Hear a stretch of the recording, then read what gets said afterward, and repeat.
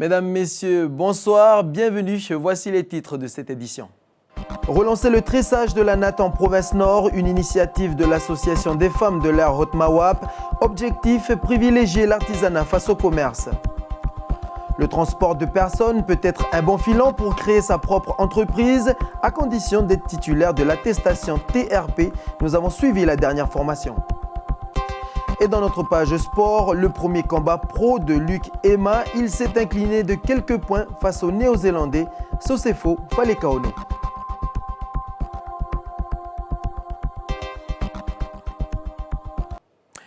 Mais d'abord, pour commencer, l'eau de votre robinet, après les fortes pluies de ces derniers jours, elle n'est pas toujours limpide et on n'est toujours pas sûr qu'elle soit potable. Plusieurs communes sont concernées par cette problématique. Parmi elles, la commune de Wailou. Reportage ce matin de Milkatoua. Souvent problématique pour les tâches quotidiennes, Anne-Marie n'est plus surprise par l'eau qu'elle découvre certains matins au bout du robinet. Mère et grand-mère, elle a depuis toujours dû improviser face à cette situation. Là, ça va un peu, c'est pas, on voit pas que c'est marron. Des fois, en se levant le matin, quand on laisse le robinet fermé, des fois le matin on se lève, puis quand on ouvre, puis voilà, c'est bien sale l'eau. Quand on laisse le robinet fermé. Ça fait longtemps, hein. Ça fait longtemps que c'est comme ça. Nous, ici à la maison, on n'a jamais bu l'eau du robinet. C'est depuis ça y est, je suis grand-mère là, mais on prend toujours l'eau de la source. Hein. La commune de Wailou tient à rassurer ses administrés que des travaux sont en cours. Précision avec Mouliava Frédéric. La rénovation du réseau AEP est une priorité pour la commune de Wailou. Parce qu'à ce jour, on a déjà investi plus de 100 millions dans le cadre du contrat de développement pour la mise aux normes des stations de traitement de l'eau et puis aussi pour l'amélioration, la réhabilitation des ouvrages existants. Cette année, nous avons attribué 2 marchés pour 2 secteurs. Le secteur de Poro-Paraouye, qui va démarrer fin mars, et le secteur de Nessakoya dans la vallée, qui devrait démarrer d'ici un mois. Le marché a également été attribué. Ensuite, les autres secteurs concernés sont Bas, le bord de mer, donc Bas, Meomo, Kaora, et puis le secteur de Karagreux, tout au fond de la vallée. Selon Frédéric Mouliava, si l'eau n'est pas toute transparente, cela ne veut pas non plus dire qu'elle n'est pas potable. On enchaîne avec de la vannerie et notamment du tressage. Relancer l'activité en province nord, c'est le projet de l'association des femmes de l'Air Haute-Mawap. Objectif, privilégier l'artisanat, je vais y arriver, face au commerce. Un reportage signé Lindsay Wamo. Le conseil coutumier de l'Air Haute-Mawap a fait son choix. Voici la natte qui sert désormais pour les coutumes de bonjour. Elle mesure 60 cm sur 40, taille choisie pour faciliter son transport. Après débat, les fédérations des femmes de l'Air proposent un prix standard fixé à 2000 francs CFP. Ça va être un travail qui va peut-être aller jusqu'à dans le temps, là, 3 à 5 ans, on va dire. Puis après, on verra comment la population réagit. Si la population s'accapare de ce travail-là, c'est bien imprégné, ça veut dire que voilà. Aujourd'hui, plus d'une vingtaine de tresseuses expérimentées recensées. Cependant, une difficulté s'est vite présentée. Trouver les feuilles de pandanus qui serviront à tresser ces nattes. Moi, j'ai proposé aux mamans qui ne veulent pas tresser, qui ne savent pas aussi, de planter. Alors, il y en a qui sont plantes, voilà, pour faire les champs. Qui sont engagés à planter les pandanus. Oui. Puis c'est quand même un projet à long terme. Oui, voilà. Ça fait un revenu pour elle à la maison. C'est des mamans qui ne travaillent pas. Voilà. Autre difficulté rencontrée, éviter que la natte de bonjour ne soit copiée et vendue par des commerçants. Une autre réunion se tiendra le 13 avril pour trouver des solutions. Une idée a déjà été lancée d'utiliser un logo ainsi qu'une tresse fixée aux extrémités, représentation du lien qui se forme lors de l'échange coutumier. À cette réunion, les fédérations des femmes devront aussi faire un travail sur le nom en langue pour la natte de bonjour, c'est-à-dire la traduire dans toutes les langues de l'Air Haute-Mawap. Se faire transporter, ça devient une nécessité pour des personnes qui vivent dans des endroits retirés du pays. Conséquence, certains Calédoniens n'hésitent pas à monter leur propre entreprise de transport. C'est un long chemin qui passe notamment par l'acquisition de l'attestation de TRP, transport routier de personnes. Akone Natacha Ogui a assisté à la dernière formation.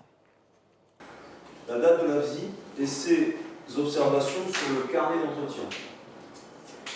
Originaire de la tribu de Wéol, Dolores est sur le point de créer son entreprise de transport de personnes. Ce sont 24 km qui séparent la tribu de Wéol au village de Kalagomen. Là-bas, les gens, ils ont vraiment besoin d'une navette pour les transporter au village. Pour cette future chef d'entreprise, la formation obligatoire du TRP est une étape clé. C'est très important aussi pour nous, par exemple, si comme on a un projet, on a envie de monter une entreprise de transport de personnes, il faut, pour être dans les normes, il faut vraiment avoir cette attestation de TRP. Cette attestation est donc indispensable pour exercer l'activité de transport de personnes et concerne tout type de véhicule. Avec une voiture, nous pouvons faire du TRP comme avec un bus, il n'y a pas de souci. Il est obligatoire à partir du moment où vous transportez une personne à titre payant, c'est-à-dire à titre professionnel.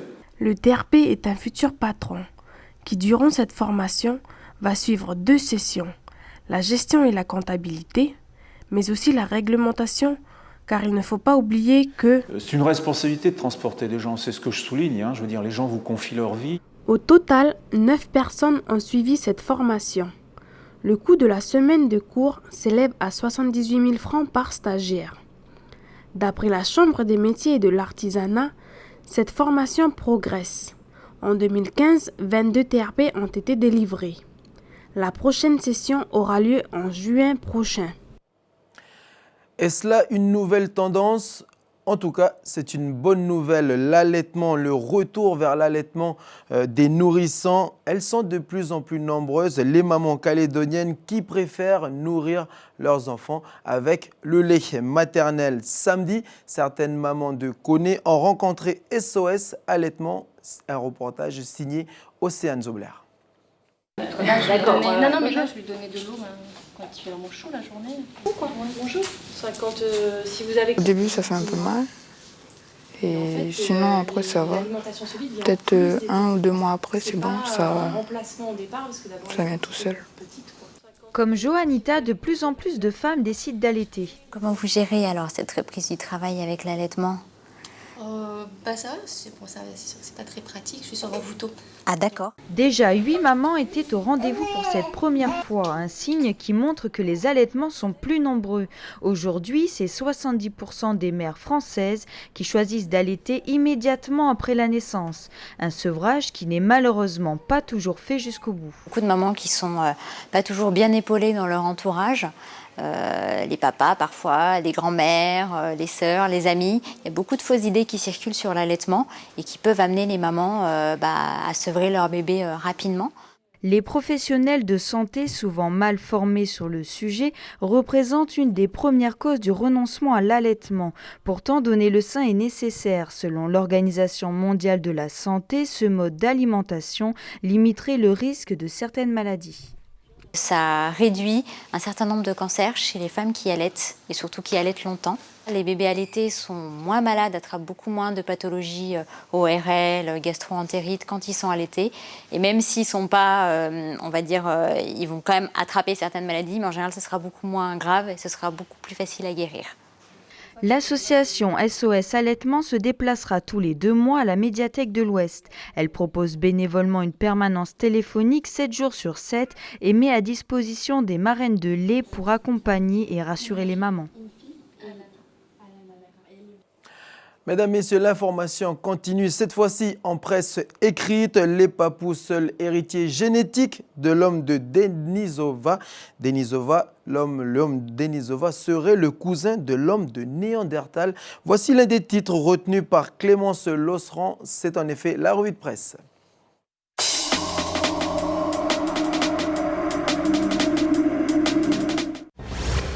L'Australie veut garder ses jeunes travailleurs étrangers. Le Figaro Économie revient sur une réforme fiscale finalement abandonnée en Australie. L'idée était de taxer davantage les revenus des travailleurs saisonniers étrangers. L'an dernier, on comptait 23 500 jeunes Français parmi ces travailleurs, aussi surnommés backpackers. Les Papous ont un trésor dans leur gènes. Les Denisoviens sont des cousins disparus de l'homme moderne. Il se trouve que leurs gènes sont encore présents chez des habitants de Papouasie-Nouvelle-Guinée. C'est une étude publiée dans la revue américaine Science qui nous l'apprend. L'usine Nouvelle pointe du doigt les opérateurs calédoniens du nickel. L'hebdomadaire français, spécialisé dans l'actualité économique et industrielle, consacre un dossier entier au nickel sur le Caillou. La rédaction revient sur la crise que traverse notre pays. Une crise due, selon eux, à la difficile adaptation des opérateurs locaux à la dégradation générale du marché. Le tweet du jour, il est signé Kaléidosphère, mais d'abord le web du Pacifique, présenté par Prosper Poigou.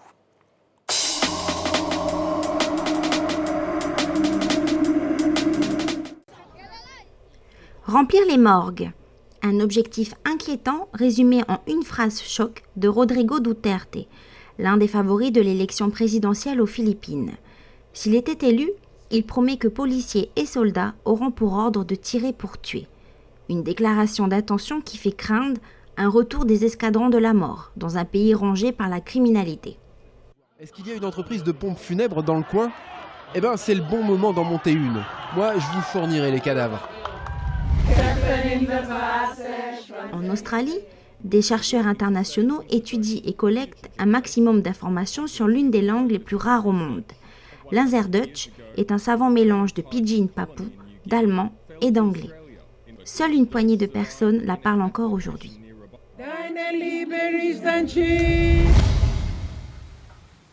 En Papouasie-Nouvelle-Guinée, la tribu papou Maïloulou cherche 10 volontaires. Ils devront passer 4 mois dans un village tribal et devenir des membres à part entière de la tribu.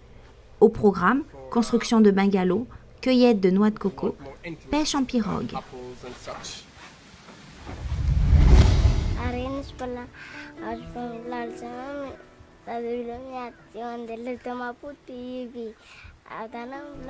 Au Vanuatu, un an après le cyclone Pam, la fondation UNICEF Pacifique a réalisé une série de vidéos du Vanuatu.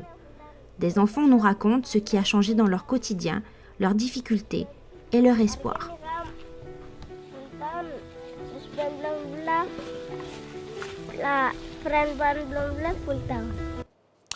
Le tweet du jour, je vous le disais, il est signé Kaléidosphère. Il dit, je cite, l'ancien PDG de Vale se tue dans un crash d'avion. C'est en effet un tweet qui annonce la mort de Roger Agnelli, ancien PDG de Vale.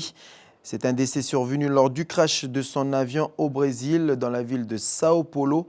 C'était sous ses ordres que Vale avait repris l'usine de Goro.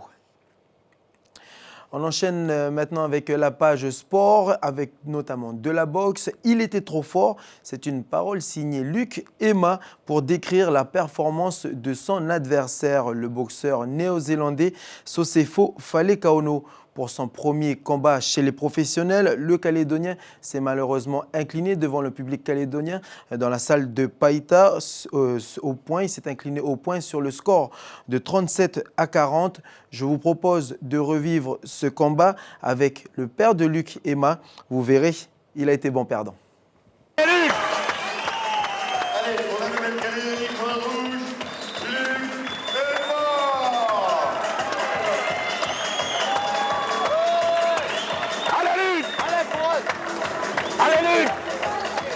La sœur, le père et l'oncle, chez les Emma, la boxe est une histoire de famille.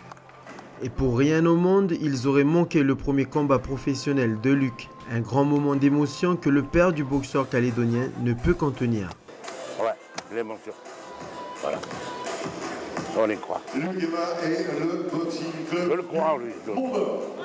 Une émotion rapidement dissipée lorsque l'adversaire de Luc, Sosefo Falekaono, fait son entrée sur le ring. Ah, il est robust l'adversaire. Robust, hein. Mais c'est pas ça qui compte, on va voir. Début du combat et une rampe d'observation s'installe entre les deux boxeurs, avec de belles attaques placées de part et d'autre. Malgré une bonne entame de match de Luc Emma, le Néo-Zélandais prend l'avantage. Même scénario au deuxième round. Le Calédonien est conscient du retard qu'il lui reste à rattraper. Il faut accélérer et il ne reste que 2 rounds. Lucas, tu rentres, c'est crochet direct. Nous sommes au troisième et avant-dernier round. Le Néo-Zélandais accélère. Les chaussures glissantes de Luc ne l'aident pas dans ses appuis. Les attaques du Calédonien manquent de rapidité. Allez Lucas, la gauche. Allez. Les conseils et les encouragements de plus en plus insistants. Le père lui-même, ancien boxeur, sans que son fils découvre un monde bien différent de la personne encore. Vainqueur, le point bleu se défend Calédono. Ouais. Ça c'est bien, c'est pas volé. Bravo Luc. Ouais, t'as bien boxé, t'as bien boxé. Non, ouais, bravo. Mais t'as réussi, t'as tenu le 4 roues. T'as réussi. Bravo. Purple Pain 23, Brutal 626 ou encore Cholera Croft 17. Non, ce ne sont pas des noms de catcheurs, mais plutôt le nom de joueuses d'un sport encore peu ou pas connu ici en Nouvelle-Calédonie, un sport très américain et surtout très spectaculaire. Chloé Yentao et Mara Lourde ont testé pour vous le roller derby.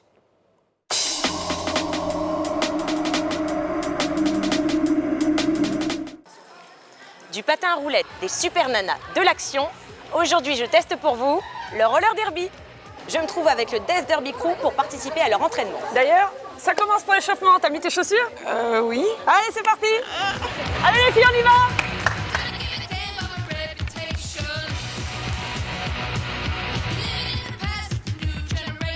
Bon, bah Chloé, maintenant, faut t'équiper.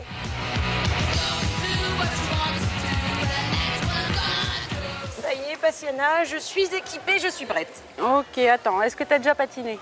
Non, il y a très longtemps. La base du roller derby, c'est la position derby, comme ça.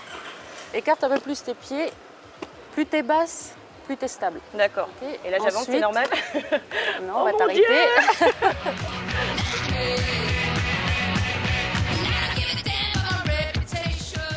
Oh, claquette filante, t'as fini de faire joujou? Oui.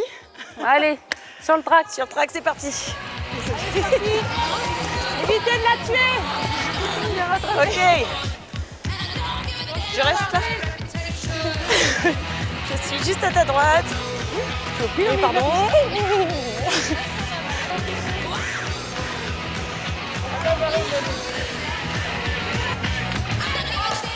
Alors la brutale, en fait, elles font exprès de tomber? Oui, alors là, elles font pas. Là, elles sont en situation de jeu. Il y en a une qui aide la jammeuse qui a le truc rouge sur la tête. Là, il faut qu'elle passe pour marquer des points. Et tout le monde l'empêche de passer. Alors, c'est quoi exactement les règles du roller derby? Alors, normalement, il y a 8 filles qui forment un pack. Et il y en a 2 adversaires qui doivent traverser ce pack, aider et empêcher à la fois par les 8 bloqueuses. Et c'est simple, sauf que quand tu passes, les filles vont essayer de te faire tomber, tes copines vont t'aider, tes ennemis vont pas t'aider, etc. Et là, boum, il y a de la chute. Donc, quand elles chutent, eh ben, il faut savoir se relever, il ne faut pas être un poids, etc. Et tu as 2 minutes pour marquer des points. À chaque fois que le bonnet rouge, elle passe les 4 adversaires, elle marque 4 points. Et là, elle doit se dépêcher de faire tout le tour pour les repasser un max 2 fois pendant les 2 minutes. D'accord. Donc ça a l'air simple, mais c'est hyper physique en fait.